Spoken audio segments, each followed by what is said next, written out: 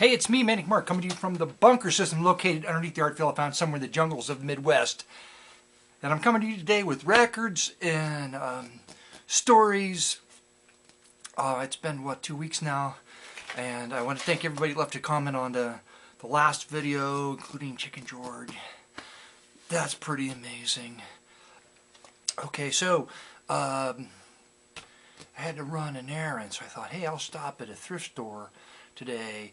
And I got in there, as I'm walking through the furniture section, there's a guy sitting in one of the sofas with a stack of records in his lap. And I went, and so I went and looked through the records and I started to find a few things. And then he comes back and he's got, like, I don't know, 15 records, 20 records in his hand. Hey, would you like to look through these? Yeah, I'll look through your rejections and I'll put them back for you. Sure, no problem. Okay, so I do that, and he's left some stuff that I thought was okay. So anyway, so then I'm like looking through it, and then the cute little lady that works there at St. Vincent de Paul came up to me and she goes, I just put out a bunch of records this morning. And I said, I know. And there's somebody here, he got a big stack. I'm like, I know. And I put them all over there. We normally don't get that many. And I'm like, oh, yeah, just too late. Anyway, but I got some stuff I don't normally get, so I'm just going to run them by you. Anyway, okay, what else is going on? The art show was last Friday night. I've got a picture of it. If you haven't seen it, shut up! The phone. I hate the phone. Why does it always ring? First of all, I got to say, in my terms, the art show was a smashing success. Why? Because people got it, people had fun, people found little treasures in the artwork, people liked to interact with the artwork. Okay, so it did everything I always wanted my art to be.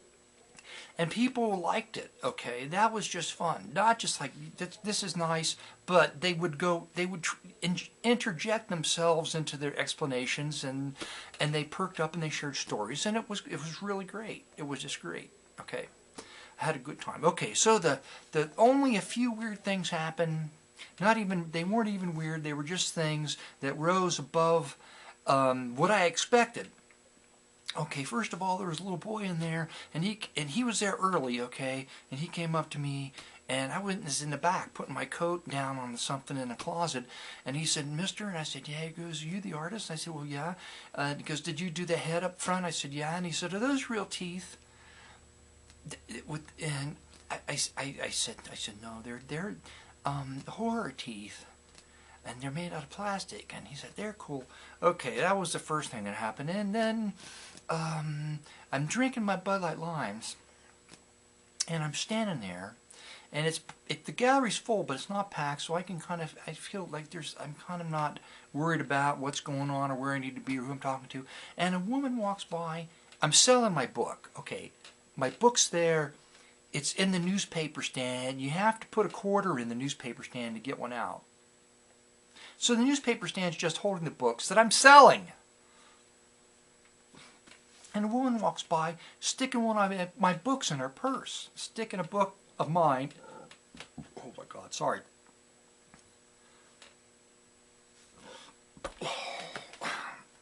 In her purse, and I just went, what the?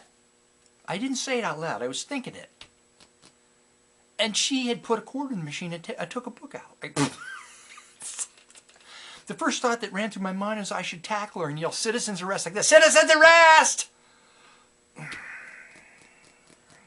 But, it was a party, and I'd already had 2 Bud Light Limes, and I was feeling okay. I was saying, there's $14 out the window, which is about my cost. So then I hastily took one of the price sheets, and I wrote $18 on the price sheet, and stuck it in there so nobody would do that. Oh.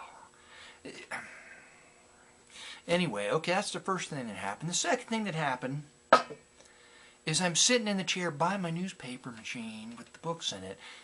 That's in front of the wall, like in the photograph. All the illustrations from the book, and I'm sitting there, and there's a lady, she's all dressed in black, she's got the black. They all wear the boots that come up to the knee, all the women. She's like late 40s maybe. She's looking pretty good, like she's got some money. She's looking at the artwork, and I finally say, hey, those are the illustrations from the book. And she kind of glances down at the newspaper stand at me, and she says, oh, are you the artist? And I say, yes.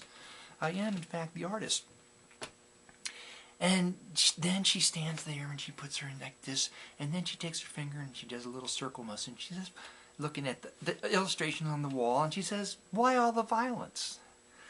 And it just took me back. Not that I know there's like, you know, stuff in my artwork, but I just never thought I expected. Anyway, so I said that. I said I never expected that question. And then I said, before she could say anything, I said, "That's a good question." And before she could say anything, I said, what did I say? I said, "And I can see why you would ask that question, but this is illustrations from the book." And I pointed again, and then she pointed at the drawing with like the army tank, and she says, "Were you in the military?" And I said, no, I didn't know what to say. I hadn't gotten into my explanation mindset yet of what the hell I do, because it's almost impossible to explain. Because there's so many ways to start and to where and how, and there's no easy, I don't have an easy answer for it anyway. Anyway, oh my God. So, I finally started to get cranked up, and I'm explaining a few things. I said, "Well, you know, this comes from this." She said, "Oh, I want to know where." I always am interested where the artists get the ideas. I'm like, so I try to pick a few things out and say, "Well, this came from this came from that," and I'm starting to get cranked up into my explanation. And somebody she knows comes in the door and says, "Hey," and she says, "Hey," and they walk away, and I'm standing there like this. I took another drink of beer and laughed it off and went away. I thought about tackling her and yelling, "Citizen's arrest!" And then, what was the other weird thing that happened? Oh, there were these two women there, like late 30s, 40s, something like that. And they're looking at the book. And the one woman, she's just looking at me really weird. And I'm like, "Hello? You the artist?" "Yes." And then she just looks at me really like right in the face, like, and then she says, "Where did you go to school?" And I immediately went right to the trick question thing, like, this is a trick question. They're trying to trap me with the school thing, you know? And I said, "I don't think this is a pertinent question for this venue." I can't believe I said that anyway. She says, "Well, I think I know you." And I'm like, "Oh, geez, you know." Then I told her, and then she says, "Where'd you grow up at?" I said, I told her, "You know that town?" "Yeah, but you're too young. Why would you know?" I don't. Anyway, my friend Liz gave me a cool toy that's still sitting on the artwork that's there. It's probably going to be sitting there when I go back to pick it up, unless somebody buys it. Then if somebody buys the artwork with Liz's little figure that she gave me at the opening as a present, I'm going to owe her dinner at least, okay? Now, was that the end of the stories? I know there was something else, but I can't think of it. It's a warm day. That's right. The Queenie. Cut that out. The Creamy Whip, the Dairy Queen, in Latonia, which is like a densely populated blue-collar working class neighborhood just down the road from me. It's a frickin' gold mine. It's a frickin' gold mine. The minute they open, they take the wood panels off the door till the time they panel it up. There's people in line all day long. They opened in March. I think they opened during the last blizzard. I swear to God, they had to open during the last blizzard. And they're open now. But today it's nice and warm, and I can see it was so warm, in fact, I had to drive around all day with the windows down in the Jeep. There's still piles of snow everywhere, and the Creamy Whip was open, and the sun was out, and it was good. I took the dogs for a walk, and I gave them a bath. I washed the winter grime off of them in the kitchen sink. Okay, now to the records. Let me have a drink of beer first. Go right to the records. Here we are with the records. Now, the records I found that I don't normally find at thrift stores, they've been in used record stores 2 or 3 times. The covers are worn from just people handling them. The vinyl on the inside they all look mini fresh. Buck Clayton, Songs for Swingers, Buck Clayton with his All-Stars. A 2-record set gatefold by Keith Jarrett titled Expectations. Jimmy Rowles, Stan Getz presents Jimmy Rowles. Did I pronounce that right? The Peacocks. Fairport Convention, Angel Delight. Is this, oh, should I get this? Should I not get this? Well, it's a record for schools. Schools would buy this record. Narrated by Bob McFadden and Brenda Rayburn. Not that it means anything, but it's listening skills for pre-readers, Pre-readers, yes, pre-readers, different ways words are used. Every title has words in it, so there could be some interesting explanations on how words are used that could benefit me, Manic Mark, as I stumble my way through these videos. Richard Harris, the actor, he made a record? By God, he did. It's a gatefold with one record. Look, there's his face, this giant Richard Harris face.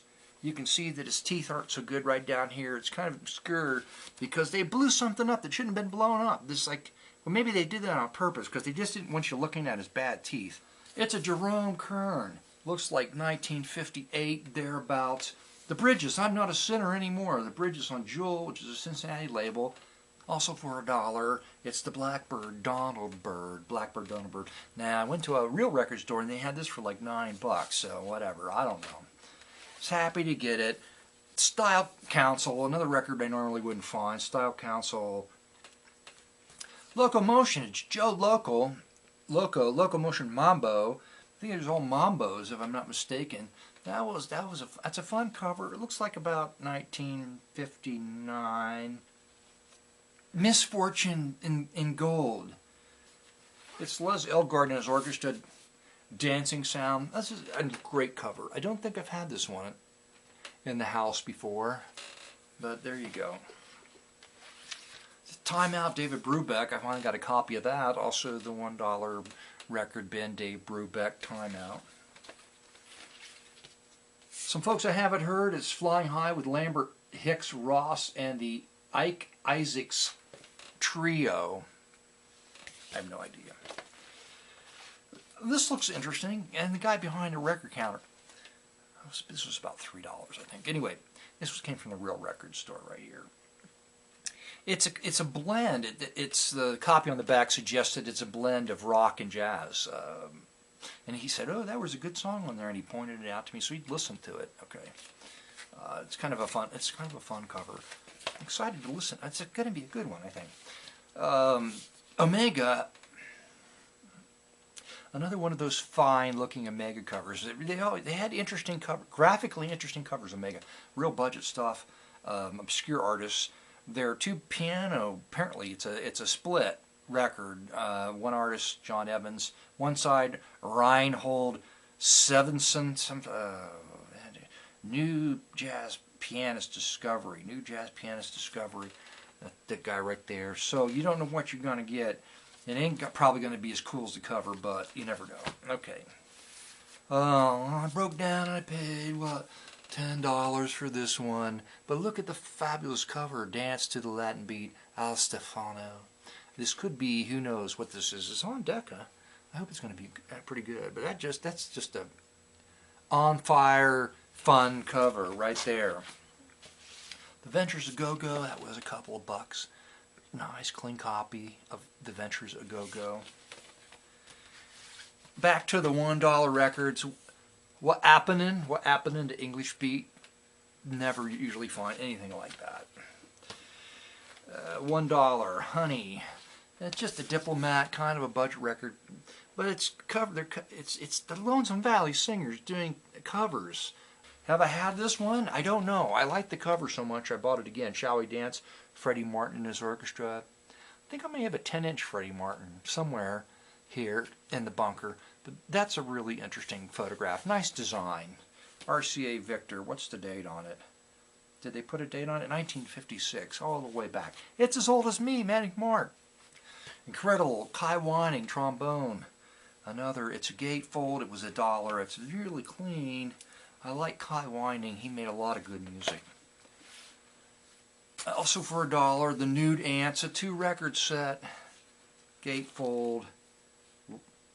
All just, it's Keith Jarrett. It's a horrible cover. It's a horrible gatefold. There's nothing on it. Why would he pick this horrible looking color scheme? Johnny Core Nor, Flesh Tones. I have no idea anything about them. But for $1, I had to pick it up because it would be fun to listen to. James Blood Ulmer, Black Rock. Okay, again, $1 record. And 2 copies of, very clean copies of Santana Abraxas. This one has a sticker on it, a some kind of quote from Time magazine, which they stuck on this and then sold the record. It's not. There's Chad. Oh my God, look at Chad. Lord. Oh my God, his poor face. What else did you get? You got a double record Spirit, Tampa Jam, Electro Jam from the Time Coast. Another horrible cover. But two records in pretty good condition for $1. Also for $1 with a really fabulous cover. It's the Jamie Caldwell Gospel Sounds. A 2-record Santana, also for $1. 2 records. The Swing of Delight. Let There Be Peace. I had to pick it up. I couldn't. It's local. A Ghost Stories album I don't have. With look at this illustration on the back. It's lurid. Welcome, another Santana album. Is it? Yes. With this is, oh my God. Looking at the back of this, it's on Gusto. I think it's a blues record, and there's a woman, and I don't know her. She's a shouter. It says on the back that she's Wynonna is a shouter most of the way, but members of the Lucky Millinder band I've talked with say she could handle a ballad with the best of them when she felt like it. All right, I have no idea. Anyway, there you go. And last but not least, the most exciting. It was just a record that the real record store owner had like thrown into a cheap bin. 1983 library record. New music for Virtuoso. Okay. Is that the end of it? I don't know how. Oh my God, this has gone on and on. I have to process it.